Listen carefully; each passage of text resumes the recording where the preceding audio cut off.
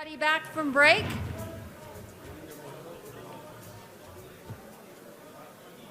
Can everybody start taking their seats so we can get started on the next session?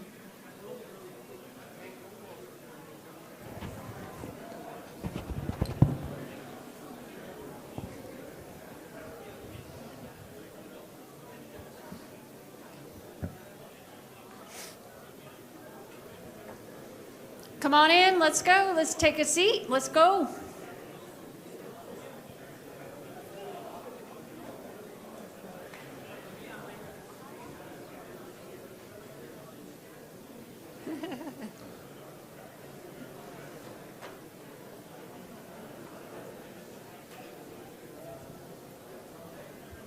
All right. Welcome back, everybody. 9:46, so we're going to go ahead and get started with our next session. Coming up now, we have Mr. Randy Lyle with Wildfire Mitigation Strategies. He's going to give us a lesson on a life cycle of a fire incident. I know in the past year we've had several incidents, so kind of fresh and top of mind topic with wildfires in our state. We're certainly prone to wildfires in certain years. But let me tell you a little bit about Randy Lyle. First of all, my name is Ann Beard. I'm the treasurer of the Think Trees Board. I've been a member of the board for over 20 years now, I think. So I'm glad to see you all here. And we're going to talk, Randy's going to talk with us today. He served for over 30 years as an employee of CAL FIRE. You're going to learn more about incident command. He's pretty much served in just about every role we decided in the incident command system. So he's done a lot of work, including wildland fire engines, hand crews, fixed and rotary wing aircraft, geographic information systems. So he's got a lot of experience in wildfire mitigation. He then went and started, after he retired from CAL FIRE, he started a second career. He went to work for San Diego Gas and Electric in their fire group, and he worked there for another 12 years and ended up as the manager of their fire science and coordination group. So he retired again from that, and now he started his third career as a consultant. And so he does a lot of work, again, around wildfire consulting services, including our own public service in New Mexico. So would you please give a warm welcome for Randy Lyle? Thank you, Ann. Thanks, Ann. I've actually, Ann doesn't know this, well maybe, I've actually started my fourth career. I just got started. I was just certified as a California State fire chaplain. And so that's all brand new. I don't know where it's going to go, but we'll find out. That's what's on the in the near term for me. Well, thanks for having me. I'm humbled to be here. I truly am. I mean that. You're going to have to help me stretch the content just to make sure we can go the full time, but I think we'll be okay. I'm hoping today to fill in some knowledge gaps that you might have with regard to fire. I mean, everybody knows, yeah, there's a fire, it burns, they put it out, they go home, and a few years later it'll burn again, whatever. But what does it look like? What actually happens during the wildfire incident? The life cycle of a wildfire. It's a pretty predictable pattern, and we'll show you. I'll show you what I'm talking about in just a sec. I'm going to stick a little closer to the podium here because I've got some notes that I want to be sure and hit. What I did for CAL FIRE was did virtually everything I can do except for run a dozer and carry a gun. Okay, so I wasn't a peace officer, but did a lot of fire investigation, and then again, the heavy equipment I did not do. I'm curious, are there any qualified electric workers in here today? Zero? Okay. Oh, one? Okay, all right. Keep me honest, sir. Okay, I saw you. How about people with fire experience aside from Paul? And I think that's great that he got to talk a little bit. Some fire, okay, a handful of fire folks. Okay, likewise, you guys keep me honest too. If I say something a little wild, just call me on it. I'm happy to go toe-to-toe with you, if you know what I'm saying. But that'd be good. How about this? Okay, so lastly, are there any, do I have any fellow Februarians? Anybody with birthdays in February here? One. Come on, there should be about a 12th of you, if you know what I'm saying. Statistically, I think that spring fever probably indicates a little heavier birth rate in February. If you do the math, I had to, you know what I mean? Okay, all right, fair enough. I've used my own photos here. They're not nearly as good as the last, but I hope you like them. I really do. With regard to climate change, just a couple of anecdotes just from my own time. I fought fire from 1975 to 2007. I was only on 6 fires that exceeded 100,000 acres. If you think back, you go, okay, what does that mean? Nowadays, people are going to, every year there's mini fires that exceed 100,000 acres. And I'm talking across, of course, across the U.S., but it was fairly uncommon to reach 100,000 some years ago. Now it's very common to do. And I take that to mean that the burning environment's changing, and to me it means that all the factors, the weather, the climate, the fuels, the system health, all the rest of that is changing. And then the other thing with regard to climate change, which I know is kind of a topic of discussion and debate about what caused it and all that. I don't want to go into all that. I don't have that answer. What I do know is that when I first started fighting fire in '75, right out of high school, we had Santa Ana winds in Southern California. San Diego is where I'm from. We had Santa Ana winds in September. They could start as early as the first part of September. Typically, middle of September, they were, you start having your first wind events. By the end of September, you were having wind events. September 25th is like a day. There's a lot of disasters in San Diego on September 25th. Now those winds are pushed back in the low 40, 45 years, whatever, the math works out to they don't even show up really until the end of October. And then they start blowing, and they blow on and off. Yeah, they blow on and off, but they'll blow October, November, December, on into January, and it's blowing at my house right now. I live up in the hills. So that's a big shift. That's a change that I've seen just in my own lifetime and career. So my current favorite is we'll burn that bridge when we come to it. You know what I mean? Fair enough? Okay, all right. I mean, there's a little spin on that. So life cycle of a wildfire incident. Here we go. Feel free to ask questions. It won't bother me.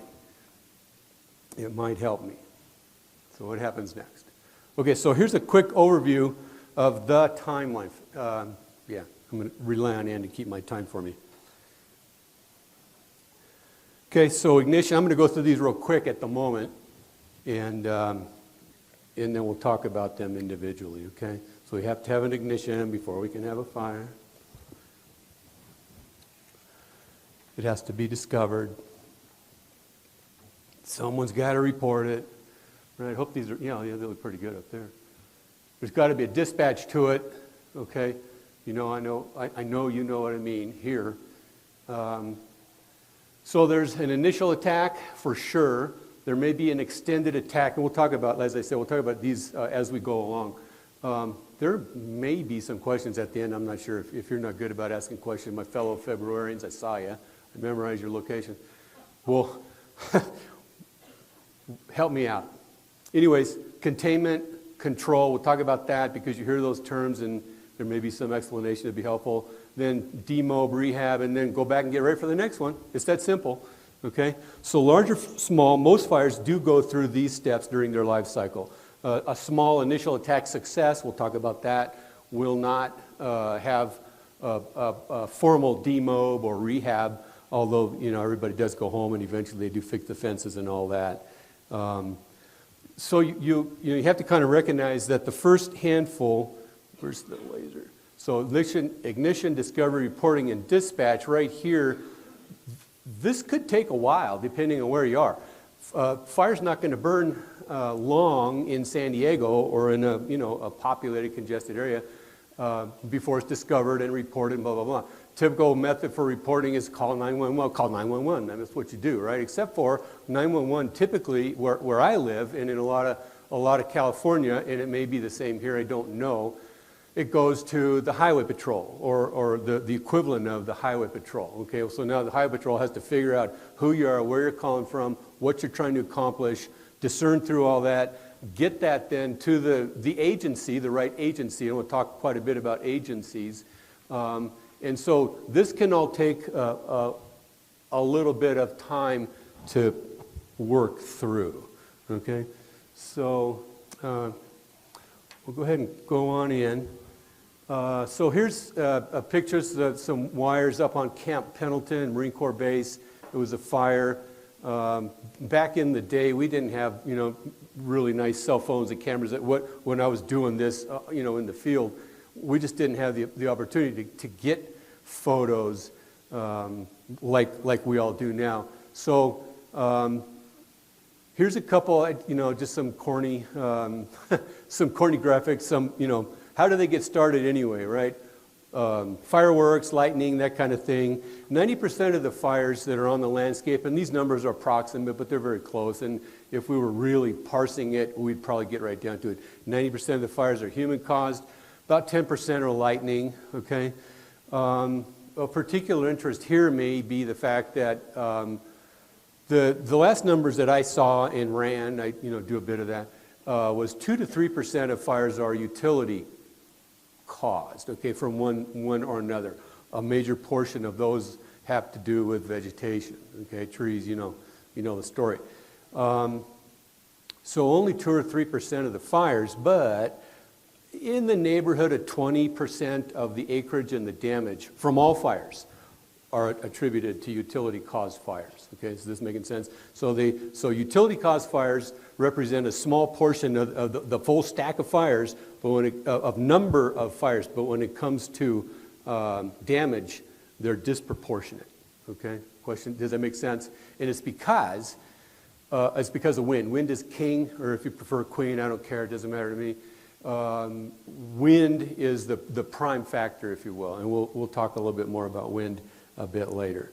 Okay, there's a doctor's work if you wanted to write down and check some work out on this. He was actually an opponent. I was at the utility when doing a lot of regulatory work and that kind of thing in California after the disastrous 2007 fire season. Utilities caused a lot of fires. And the PUC there, Public Utilities Commission there, decided they needed to do a whole bunch of things, and so they took the California approach and just killed it as far as that goes. But Joseph Mitchell is the name if you wanted to. M-bar-R Consulting, Joseph Mitchell, M-bar-R. He's written some good articles on wind and how important wind is a factor. Okay. Certainly there can be a seasonal component, lightning, think lightning again, and then just the receptiveness of the fuels and that kind of a thing.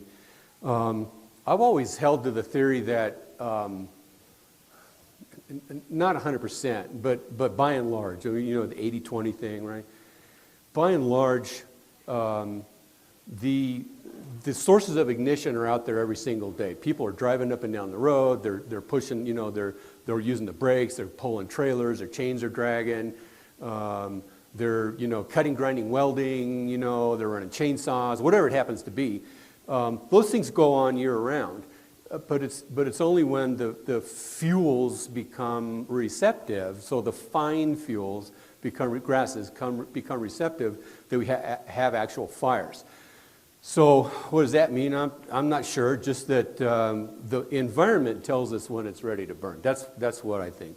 The old timers, when I first went to work, they said, the weather starts them and the weather puts them out. And there's a good measure of truth in that. Most fires, and I didn't work up the stats, it depends on what state, what agency, what you're looking at. Most fires don't make it past a spot or a quarter of an acre. And as you go up to a half an acre and then maybe an acre, and there's a couple other slices, I think you go from 1 to 5 to 10 to 100. And then I honestly don't remember if it's 500 or 1,000 or 10,000. But the point is almost all the fires you never hear about. Most of the fires are suppressed before they're much bigger than this stage even, And that's a good thing. We hear about the fires that make the news. We hear about the ones that exceed that. But what we're hearing about is truly the proverbial tip of the iceberg, okay? I've always thought of it also this way. If you can imagine a triangle, and in the body of the triangle are all these dots, and the dots represent an ignition, okay? Every time there's ignition, it goes in the body of the triangle. There's only a handful of them that go up and just, rise to the apex of that triangle. And if we could reduce the number of ignitions in the body of that triangle, we can sort of exponentially reduce the number of ignitions that make it to the headlines, if you follow what I'm saying. So that's something to kick around. That's a daily thing that we all can do. And I know you have your checks, and I know you have your situational awareness, and I know you pay attention. I know all that. But that's how I've always, kind of seen and thought that. So let's see what happens here. Okay, so truly, this is the next one. So this is an old lookout tower. I had the kind of dubious honor of demolishing this one. It was on a mountaintop. It's a Mount Woodson by Ramona, California. It's kind of out in the backcountry in San Diego. I took my crew. I worked male and female inmate crews for a total of 11 years, which was a pretty interesting way to make a living. Well, you know what I'm saying. I got some stories. But we got tasked to tear this thing down, and I wish I had more photos of it, but it's not there any longer. It wasn't needed. This one was just, let's say, just outside the city, if you will, in between fog and smog and all the rest, and then the advent of cell phones, et cetera, there's just a lot of people. Fires just don't go a long time. So this was one of the ones that they earmarked for removal or demolition, right? But so how do fires get discovered? And I guess I'm missing there you go. There's my arrow. Discovery reporting. How do they get discovered? A lot of it's by accident. People just passing by. Oh, hey, look, is that smoke over there? Am I seeing smoke on that? No, it's just dust. No, it's a smoke, a steam pocket. We better call it in anyway. When I worked in the command center, you'll see a picture of that from a long way back. We get reports from aircraft. I had this Lindbergh Field, San Diego's main airport. This is Lindbergh Field. We like to report a fire, a jetliner coming in, saw a fire somewhere up around the Mount Lagoon area. Oh, okay, can you tie that? Nah, we just know it's in San Diego someplace. Okay, that's helpful. Thank you. What am I going to do with that, But, and sometimes it's started by the person that started, or reported by the person that started, as in the case of burn jobs. We do a lot of burning there as well. Another kind of set of ways that ignitions and fires get reported. There's all kinds of new cool tools in the toolbox. The mountaintop cameras, okay. The California's, I don't know how many there are, about 1,000 cameras maybe in California, mountaintop. You go to alertwildfire.org or .ca or .live, I forget, alert wildfire cameras, and you'll see, and you can go and you can real time look at all the cameras and all that. I was never that big of a proponent of cameras. I thought, well, they don't prevent fires, they don't stop ignitions. What good are they until? And I mean, I'm as geek as the next guy. I like to watch, and that. We had an extended red flag, a sequence of red flags. We were under red flag for about 10 days in December of 2017 when I was at SDG&E. We were, doing fire intel stuff. And we saw a fire start on one of the cameras, and so we triangulated with another camera. Oh, triangulate, that might be on the test. Triangulated with another camera, and we found where that fire had started. In our main job in even as late as 2017. Remember, we had our big fire. I didn't go into it in detail. We had our big fires in 2007 at SDG&E. Kicked off a big flurry of regulatory activity, like I said. So 10 years later, executive leadership still wants to know, did we start that fire? That's the number one thing that they care about, right? Did we start that fire? So we saw the fire start, we slewed to it with another camera, we triangulated, we were able to tell them without reservation, no, we could not have started that fire because we don't have any assets where that fire started. It started along I-15 there just south of Fallbrook. The notable thing about that fire was it burned into in the San Luis Rey riverbed. It burned into a big thoroughbred farm, a ranch, I guess you would say, and killed a bunch of horses, in expensive horses. And so it became kind of a problem. So they were real interested. Are you sure we didn't start that fire? Positive. Why don't you do this? Why don't you put some energy into helping here? Why don't you buy a couple big stake sides of hay, baled hay, take it down to the racetrack, Del Mar, where they're moving, evacuating all these horses, and pull up with SDG&E on the logo, you know, the door, right? And they got some mileage out of that, right? Well, what should we buy? I don't know. Buy them alfalfa, make them go crazy. I don't know, you know. Anyways, so a convert to cameras. There's a lot going on in the wildfire detection space. The cameras, now there's AI running on top of the cameras. Not all cameras have AI. There's AI running on top of a lot of them. And there's three different companies, and of course they're in competition with one another. There's probably more than three, you know what I'm saying, but there's a handful, a small handful. It's kind of a new niche cottage, if you happen to have a propensity for developing software. They can be prone to false positives, which is not a good thing. So you know, that's what's being developed right now.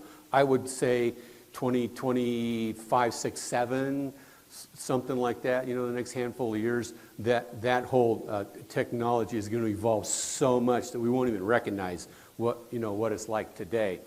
And that's good. That's good for all of us, because early detection is absolutely key and critical to early detection, rapid response, and then extinguishment. If you can't catch them when they're small, you know, you exponentially lose the chance that you're going to have an initial attack success if your response is delayed. I'm working, this is not a commercial thing at all, I'm working with a couple of guys that keep putting in for NASA grants, and I'm the fire guy. These guys are all, you know, PhD brainiacs with satellite sensing and all that kind of, all the rest of it, all that goes along with that, all software and all the rest. But I keep telling them, if we could detect a fire, pull all the data that we've already got on fires, fire behavior, the fuel, the weather, everything that's going on. So last time we had a fire in this location under these conditions, or a location like this under conditions like this, what did it do? That would help inform a more informed, again, fire response. And it could help us with a resource allocation and all the rest of that. We run out of aircraft, we run out of hand crews, we run out of fire trucks eventually, or we can get that stuff, but it takes it a while to show up. And so all the while the fire's running and doing its thing. So it's building a lot of line before we get a chance to even get started, okay? Talked about 911 a little bit. I talked also about initial attack success, and well, I'll leave that there because I'm going to talk about initial attack success in just a little bit here. Lookout towers are still useful. There's a handful of folks, especially if you get outside California, or especially Southern California, a handful of people that they're just enamored by these lookout towers, and there's associations, and they staff them, and they restore them, and all that cool stuff. This one right here, kind of a sad story. Lookout glass is kind of a thing, okay? It's big windows, and it's all very, very clear, high-quality glass. I don't know if they even make glass like that these days. I'd say it was probably 5/8 inch, maybe a little better. And so we were able to pull the windows, rope them down very carefully. We made these little slings, and we didn't have any good tools. We had, you know, hammers and stuff, but we made some slings. We let the glass down. It sat in the boneyard of this fire station right down the hill from here. Sat in the boneyard until one fire captain there one day decided that it would be fun to shoot it all up with his pellet gun. Believe it or not. I mean, I was just stunned that someone would do something like that. I had left, well, no, actually I hadn't left. I had always wanted one. How'd I find out about that, right? I wanted a piece of it to be cut from my desktop at the camp that I was working at, right? Hey, let's get a piece of that gas, blah, blah, you know, grind it off and do it. Well, have bad news, Randy. Okay, fair enough. I get it. But they're also used to triangulate locations. And then the other thing is the lookouts, the people that staff them, they get really good. They know when the marine layer comes and goes. What's a marine layer? You know what I'm saying. Fog and all, and they get good at that. And the cameras and the AI, well, cameras anyway, and cameras and AI both, they're good. I'm not saying they're not good, but it's not a human. It's not like having a person there. But then, you know, a person would bring in their local knowledge and their experience and all the slides that they have in their own, you know, internal Rolodex. Kind of cool stuff. And they're still in use elsewhere. Let's see. I want to make sure to cover everything that I had. The other thing they do, one last thing on this, is lightning recon flights. Actually, there's two things on it. Lightning recon flights, when a lightning bust comes through, at least where I worked in my agency, it didn't matter if it was Sandy Riverside or up north, whatever.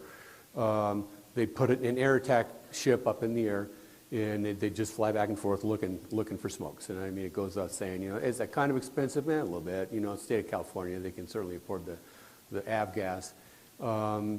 But the large timber operators in Northern California and then in the Pacific Northwest, they also do the same thing, because those are the places where you can have the fires burn and go undetected for, let's say hours, if not days, if that makes sense. And oftentimes you'll see after a lightning bust, there'll be fires, lots of ignitions on the ground, fire on the landscape, as we say, and they burn together, so it becomes a complex, right? So complex is a bunch of fires burn together. Lightning is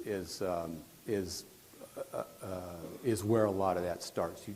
You don't have many, you can, but you don't have many complexes that are caused by other than lightning, unless someone's out doing it purposefully. And there's, you know, there's those kinds of people out there too.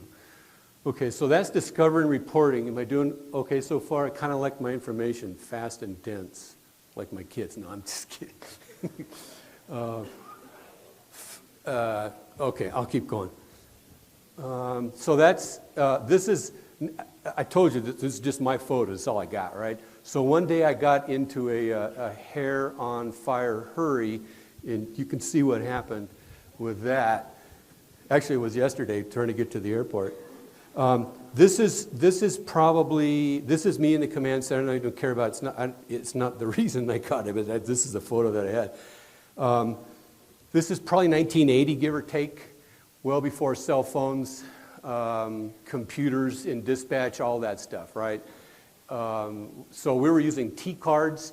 Okay, this is actually good stuff. So these little racks right here, this would be one incident. Here's another incident, okay? So it's little T-card racks. So the T-cards, I really like this, and I didn't make the transition to computerization of the dispatch thing well at all, because every one of these, so here's a card, here's a card, here's a card. You can see they're colorized and all that.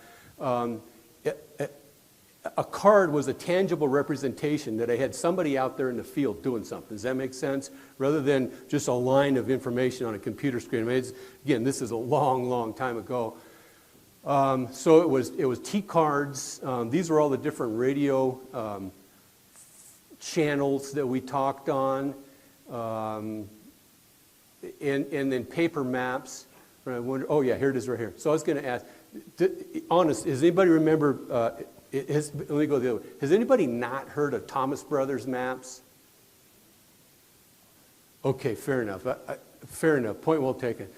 Thomas Brother maps used to be it. I mean, they were the bee's knees, if you will. I mean, that's what we used. Well, that's what everybody used for navigating and everything, not just the fire service.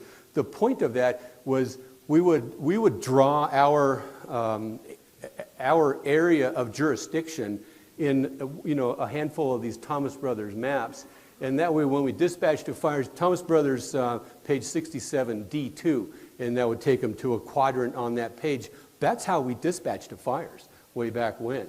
Of course, it's all changed a lot now with the advent of cell phones and all the rest, but this is just kind of a snapshot, and then there's some pre-planned fire areas back in here on these maps. There's Point Lomas, the coast of San Diego. My house would be right about there to scale, give or take, something like that. That's all there is to that. I mean, but this was back in the day. But talk about dispatch, right? So what do we send and where do we send them, right? So each agency has its own ECC or Emergency Command Center, and they go by different names. Sometimes they double up. So the one in San Diego, this one for CAL FIRE now includes U.S. Forest Service. It's in a big conglomeration. And there's different missions for each of those agencies, and they do things ever so differently, well, in some cases very differently, but they make it work because it makes sense, to do that. So you can have local, state, region, and national resources, and I don't want to go too far down that road. Just, I guess the nugget there would be understand that there's different kinds of resources based on the agency that has jurisdiction over the ground, and then the kind of resources that they think is adequate or appropriate for the kind of area that they cover. The California owns its own aircraft with regard to air tankers. I don't have any air tanker pictures, though I've got some good ones I could have dropped in. I do have some good air tanker shots. Their theory is they want to cover they want to be able to reach any piece of the state within 20 minutes of the report of a fire with an air tanker. That's pretty good, and they do a good job. I mentioned pre-planned response areas. They're basically geographic in nature. They're set up around travel time, fuel types, and agency boundaries. Okay, so in the old days, it would be really hard to pick out, but we could pretend, because we're kind of all in this together. That little square right there, or this little peninsula-looking thing, these could be pre-planned areas, and it would have its own dispatch. So at a low, moderate, high dispatch level, based on weather, fuel conditions, and all that, you'd send 2, 5, 10 fire trucks, 0, 2, 3 hand crews, no aircraft, 1 aircraft, all the aircraft. You get the idea. That's the kind of thing, and it's still kind of done like that when it's all said and done. So I talked about U.S. Forest Service and us CAL FIREs. I never wore the CAL FIRE patch. That was a new name after I left. It was California Division of Forestry, and then it became the Department of Forestry. Cooperation. So intermixed. Same thing. It's probably not shown. Well, it kind of is. This map right here. This is a piece. This is state responsibility area. So this is the desert. This is the county line with Imperial County. So I'm away from the coast now. Coast to be about here in scale. So again, state responsibility area right here for you guys that couldn't see it. So the desert, the county line, intermixed within this big blob of state responsibility area is a bunch of U.S. Forest Service stuff. And you guys are used to seeing that and working with that and all that all the time. At some point, they figured out, there's a fire right down the road from my fire station, but it's not in my jurisdiction. It's not in my land. Let's do something about that. So they traded acres, they set up direct protection areas, and they pooled their resources, hence another good reason for a co-located dispatch, right? Now they do business. So a fire's a fire. Eventually, somebody has to pay for it. Okay, and we get that part. And eventually, there's only one agency that has jurisdiction, AHJ, agency having jurisdiction. That means when it's all said and done, they're legally responsible for fire suppression and fire prevention, but that may be abdicated to the cooperating agencies. Okay, so now when there's a fire, everybody goes. Regardless, you can't volunteer. You can't just self-dispatch. The fire trucks. There's a fire. We're all going. But what I'm saying is that command center will dispatch Forest Service and county resources and state resources because they're all kind of playing together.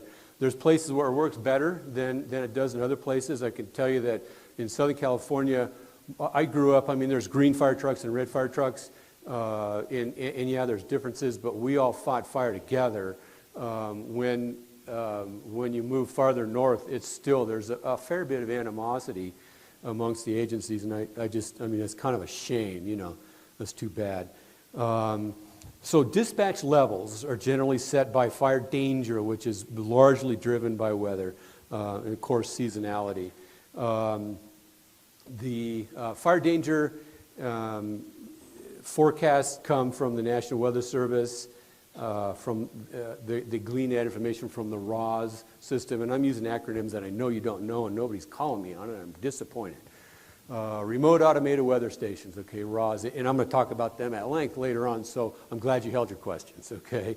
But I mentioned the fact that low, moderate, high dispatch, how many engines, how many, hand crews, how many bulldozers, whatever, that kind of a thing. So hand crews and aircraft they run short of, and so at the federal level, there's an overarching agency or a center, a control center, if you will, that kind of handles and allocates resources of all sorts, primarily aircraft, primarily hand crews, but the other stuff as well.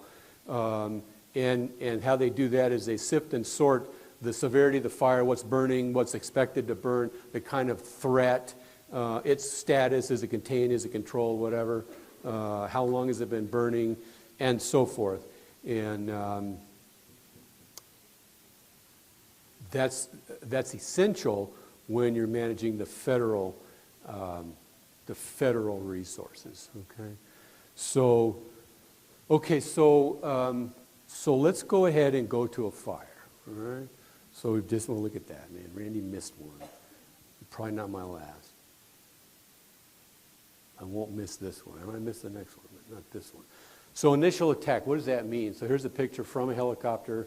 This is almost certainly female inmates. We had what I think is almost certainly the only female inmate heli-attack crew in the world on this planet anyway. Maybe there's one on another planet. We ran that for a couple of years. It was very successful. We fought a lot of fire. It was a lot of fun. It was staffed by 3 captains and a handful of hand-chosen inmates. And handful would go on the helicopter. A fire captain would go in back with the crew. Fire captain would sit up front and fly with the pilot to be the fireman in the sky, so that the pilot could just drive, if you will. And we would do all the talking on the radio and the tactical and all that. And then the crew bus, we just call it the bus would follow and bring the rest of the crew, another handful of inmates, and then all the other tools and all the stuff for helibase. So tanks and pad markers and fire extinguishers and all that kind of stuff. It's kind of funny, the job that I liked best was flying in the helicopter. I mean, it goes without saying. Not because it was easy, it was because flying was fun. And we flew into some pretty sporty conditions. But I would never supersede. Like, if it was my turn to fly, I'd fly. If it was somebody else's turn to fly, I always let them fly, because sure enough, I mean, you guys know the stories. It was supposed to be John, but I took his place, and that was the day the helicopter crashed. I mean, you know how that goes, right? So anyway, initial attack. So what does initial attack mean, right? So it has kind of 2 meanings, if you will. The first is it can be thought of as that initial first set of resources that's dispatched to the fire. So we talked about the mechanism that goes into all that. That would be the initial attack. It's also a phase of the fire, okay? So an initial attack success would be a fire that's, and the definitions of initial attack success can vary a little bit, but they can go well, let's go with this. One definition of initial attack success is a fire that's caught at 10 acres or less, period, end of story. If it's caught at 10 acres, that's the California Board of Forestry, that's their threshold, that's their marker. And so the Cal Fire has a running record of initial attack success of about 97.5%, 98%. That's pretty good. I mean, you got to admit it. Of course, remember I said that, not many fires get bigger, blah, blah, that whole thing. But the question then is, well, how do we improve that? How do we make that a little better? How do we turn that 1.5%, 2% into, or cut that in half, right? And the idea is that if you take that whole budget that got you your first 97.5%, take it again and apply it to the gap, you can squeeze it down a little bit, because that's how that's how effective everything is, and that's how far things are out of your control. Okay, does that make sense?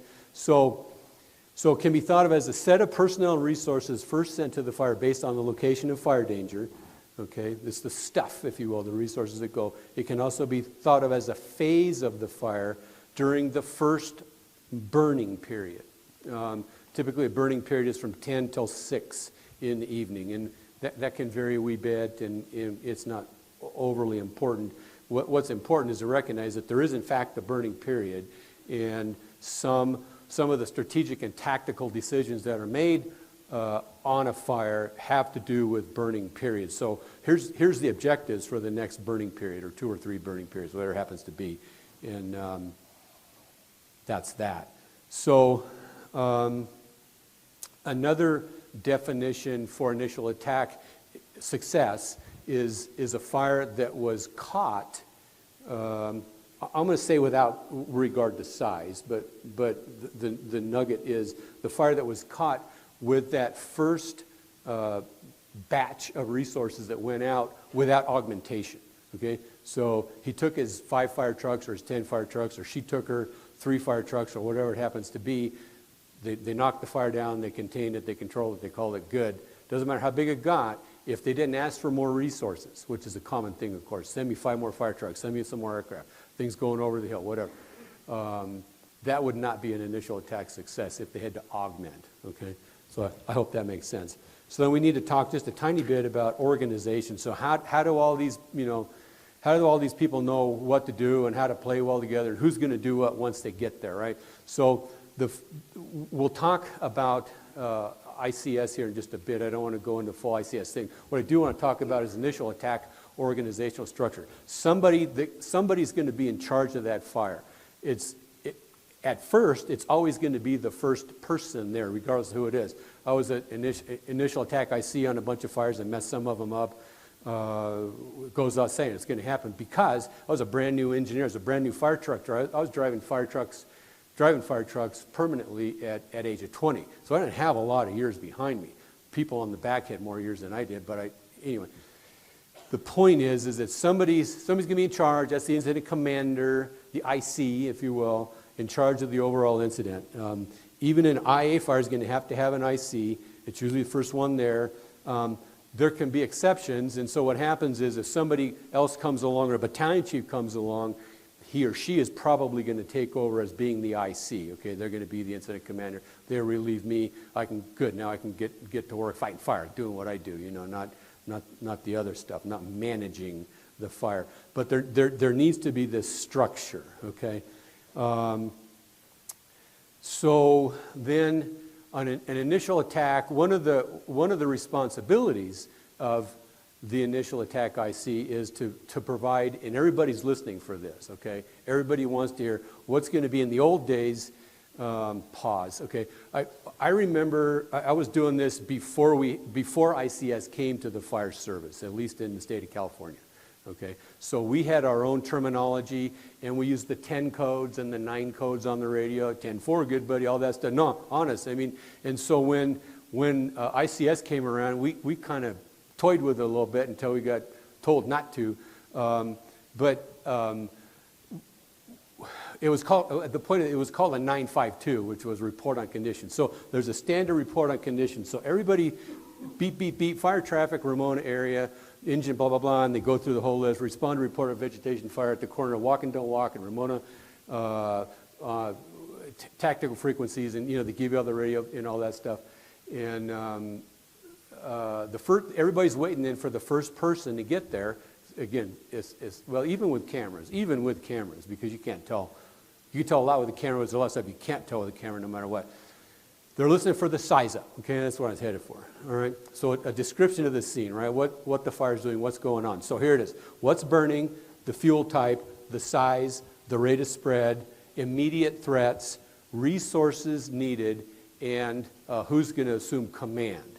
And then one other thing is we're going to call this the split fork fire, whatever. You know what I'm saying? And so that everybody's listening for that, because if they're not in that first batch of resources to go, They might be in the second batch, depending. I've got 6 or 8 acres. It's a rapid rate of spread. It's already spotting ahead of itself. It's going up the hill, and I can't see the other side from here. Oh, get ready. Fire up the rig, right? I mean, gobble down some lunch or whatever it happens to be, because you're probably going to go. You get the idea. Or in the conversely, yeah, I've got half an acre. It's burning slow, and it's going to bump up against the road. And the initial attack resources, there it is. Initial attack resources will handle. Okay, that's it. Cancel the aircraft. Okay, cancel the aircraft. That's what I always listen for. If they cancel the aircraft, that's a done deal. If they're asking for more aircraft, got a problem. So there could be periodic updates. Then Monte Vista or the command center, each command center could ask for updates. Hey, what's the fire doing now? Split fork IC. What's the current status of your fire? Well, we've increased to 100 acres and we've burned three houses and we've got injuries and things are not going well. Whatever it happens to be, right? But there's also updates for significant events, which could be kind of like the fire's been contained, fires jumped the road, I'm getting a lot of spot fires, or I've had that gosh darn wind shift, right? You get it. So, and that would tell everybody what's going on. So when there's fire on the ground, everybody that's in the business pretty well paying attention. And if you're in an adjacent business or a discipline that could possibly end up, it's nice to know what's going on. You can listen to fires on your smartphone. There's a handful of apps that you can download and open and listen to if you have an interest in doing that. Kind of fun stuff. So the fire then goes, let's see if, did I get, yeah, okay, so here we are again. Old stuff, like I said. So let's talk about extended attacks. So our initial attack was not successful, okay? So now we're going to go to an extended attack fire. This was an odd fire. It burned. It was one of the biggest fires that I remember anyway in San Diego. It burned with a west wind, with a west wind pushing off the ocean. It can happen. It does. Every once in a while, there's a very dry west wind that comes along. And this was one of those days. So they're also called a major fire, a campaign fire. You've probably heard those terms. You possibly even used them. So what does it mean? It's an incident that exceeds, this is the NWCG, so the acronym, National Wildfire Coordinating Group. The NWCG definition, an incident that exceeds the capability of the initial attack resources and or organization to successfully manage the incident to conclusion. Okay, bunch of words, right? I get it. It's kind of dull. The point being that our initial attack failed, and so now we're going to set up to be here for a while. So we need more people, more airplanes, and that means more food, someplace to sleep them. They need fuel. They need, beds or whatever, whatever you're going to do with them, a place for them to sleep. You need toilets and all the rest. So that all brings a lot more work and a lot more complexity to the incident. Okay.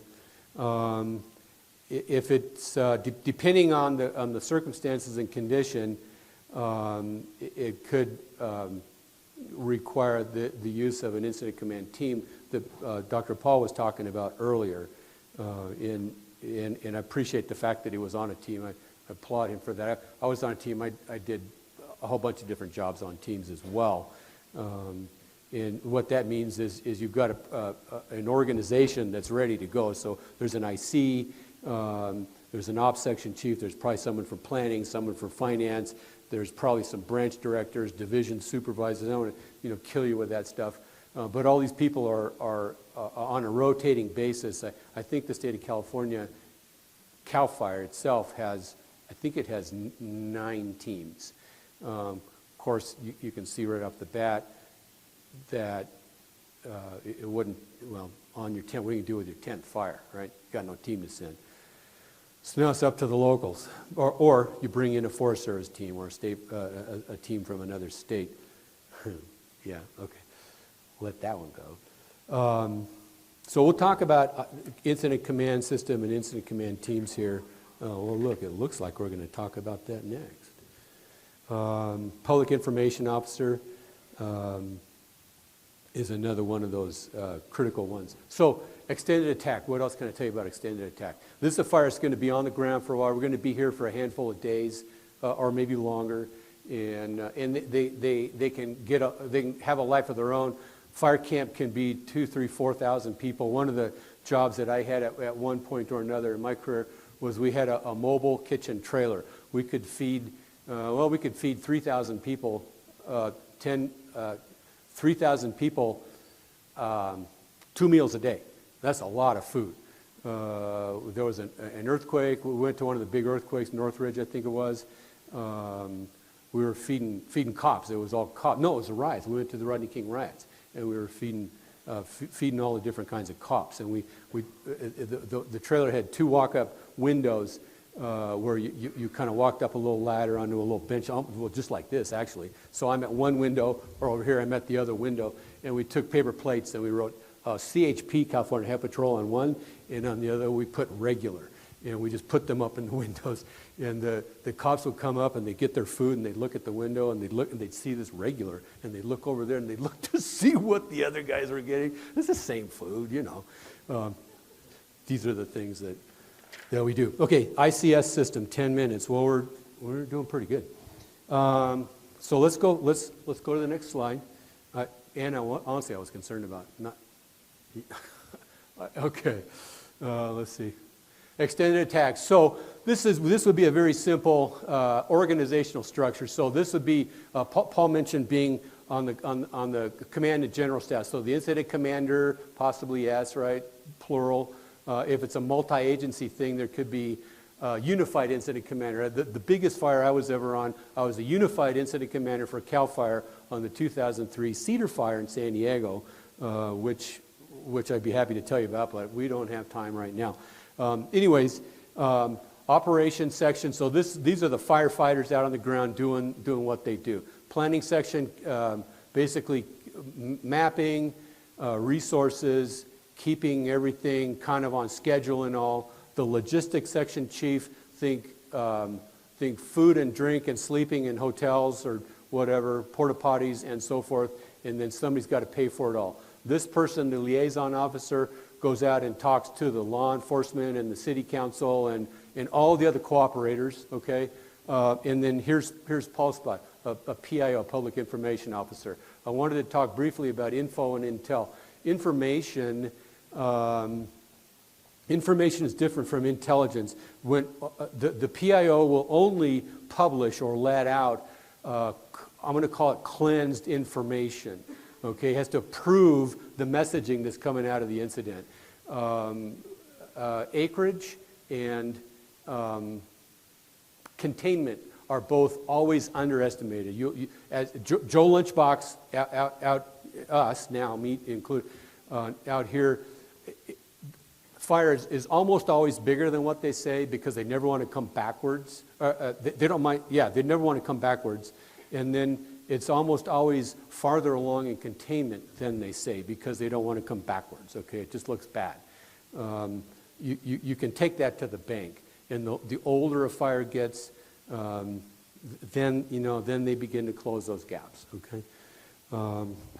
Gosh, so much to talk about in so little time. Containment and control. Okay, we're going to bump. Let's rock.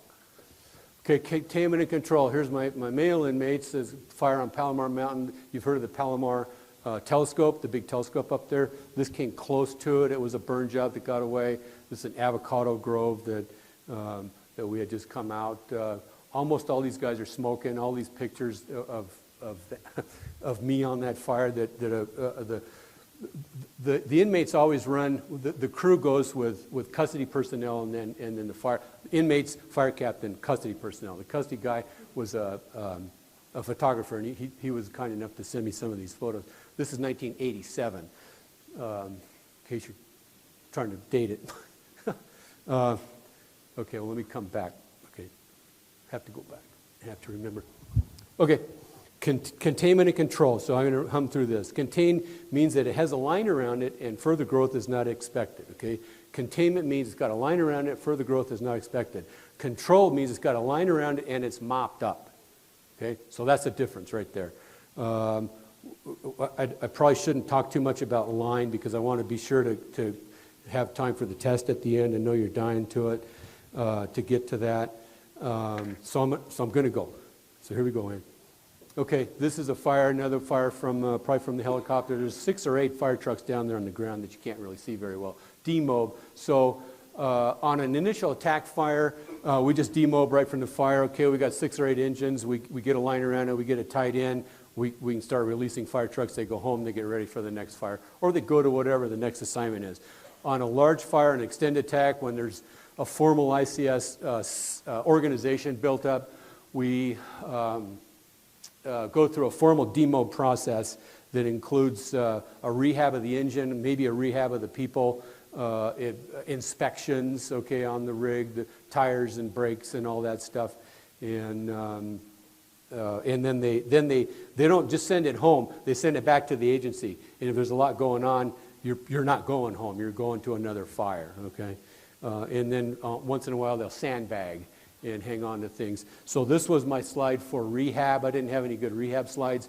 Danny's dozer got stuck in the mud, and the girls are trying to shovel it out, right? But dozers are useful in, really his name was Danny, useful in the rehab. So the idea being is that you want to, as much as you can, you want to rehab roads, fences, you replace pond water or pay for it, whatever it happens to be. And dozers can be instrumental in all that. These are fairly nimble D6. I mean, they can do a lot more work, of course, than a human can. So this next one, if we can do this later, if I have time on the next one, if I run show, I'd like to do this on the next one because I don't want to go. So are there any questions? You guys got any questions for me? I've answered all of your questions. Go ahead.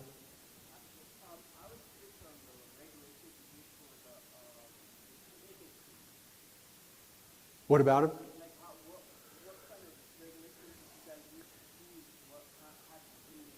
Yeah, good. So to repeat the question, what was the qualifications for an inmate to come? Okay, so there's a medical clearance, which pretty much everybody's good for. No sex crimes and no arson. Other than that, yeah, no. I'm not so sure. I mean, that's it. No, I'm serious. That was it. No. We got them all. They had to be in the camp program. They couldn't be, the security. I mean, the level 1, level 2, level 3. You didn't get them. This program's on its way out. There's almost no inmates now to put into the program. San Diego used to have 22 inmate hand crews. They're down to about 3.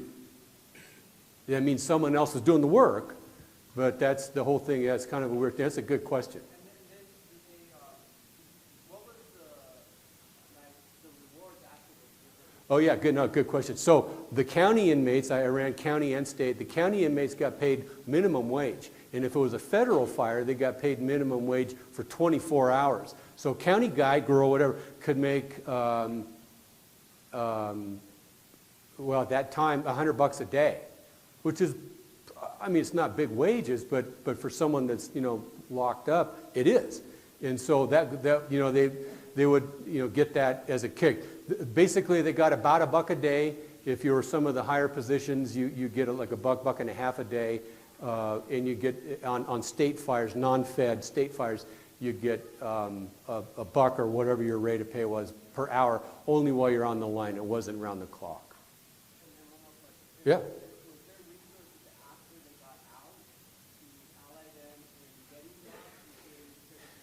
Yeah, the agencies didn't have a lot to do with that. The question was, were there resources to help them once they got out? The answer is yes. They weren't necessarily state agency, kind of thing, although there probably is some of that. I'm pretty far removed from that. I know people that do that kind of thing now, and I know that I wrote recommendations for a handful of my co-workers. I traded my fire truck for a crew bus full of people, and that's how I treated it. Seriously, and we had good success. But I wrote recommendation letters for a handful of people. Good? Yeah. Anybody else? Because I have some questions for you. Oh, where are you? There you go. Yeah, the lights are horrible, especially for an old guy with cataracts. Thank you. This is a question from those zooming in, so I'm just relaying the Oh. question. Is the incidence of swatting a problem nowadays? This is where someone calls in a fire, but it turns out to be a false call. It's probably, this is just my off the cuff. It's never a problem to call in if you think there's a fire, because if it is a fire, we want to know about it and get on it right away. I mentioned how critical rapid, early detection, rapid response. Has the instance of that gone up? Absolutely. When people are driving around and didn't have cell phones, or as cell phone coverage increases, more and more people can call in. So if you're in the command center, right, and you get one lone report of a fire, hey, I see a big smoke in Ramona, and you're the only one, there's no fire in Ramona. I guarantee you, because when there's a fire, everybody's calling it in, right? Do you think that answers the question? Thanks, I think so. It's from John White. Good. Thanks, John. Anybody else? Okay, now it's my turn. Define initial attack success, real quick. Come on, somebody. Good. Do we call on you? Within that first day, the fire is contained and no additional resources. Man, you could do this presentation next time. No, that's exactly right. Contained within that first burning period with no augmentation of the resources. That's exactly right. What percentage of fires are human caused? How many percent? Thank you very much. What does ICS stand for? Did I say that? Did I give you? Incident Command System? Did I cover that? Okay. All right. Acronyms. I love acronyms. NOAA Weather Radio, NOAA National Organization, National Oceanic and Atmospheric Organization. Their real acronym is the National Organization for the Advancement of Acronyms. Right? They're horrible. They are the worst, right? Okay. Where's the safest? Okay, see, we can't ask this question, and that was the last one I had, because we didn't cover the parts of a fire. You can get a hold of me. I'll be here today, and I'm leaving early in the morning. I didn't put any of my email or any of my business stuff up. You guys can track me down, and can get me, as far as that goes. But, and that's it for now. Okay. Okay, super.